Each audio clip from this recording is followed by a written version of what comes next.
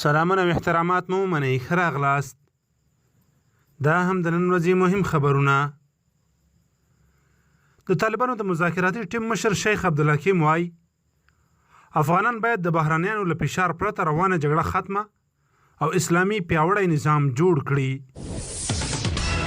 تخار کې د چاودنې او اور لګېدو له امله 2 کسان وژل شوي او 20 نور ټپیان دي.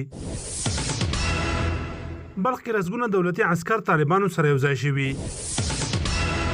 CBS د طالبانو له قول لیکلي که مذاکرات بریالي نشي د نظامی ځواک انتخاب هم لري. احمد ضیا مسعود د امریکا له وتلو وروسته د خپلمنځي جګړو د پیل خبرداری ورکړی دی. د هیواد په شمال کې د جګړو له کبله ګڼ شمېر دولتي عسکرو ته مرژوبله اوښتې. د پکتیکا د واضح خوا ولسوالۍ امنیه قومندان له ګڼو وسلو سره طالبانو ته تسلیم شوی. امریکا ولسمشر ټرمپ ویلي نږدې راتلونکي کې به سعودي هم اسرائیلو سره اړیکې عادي کړي.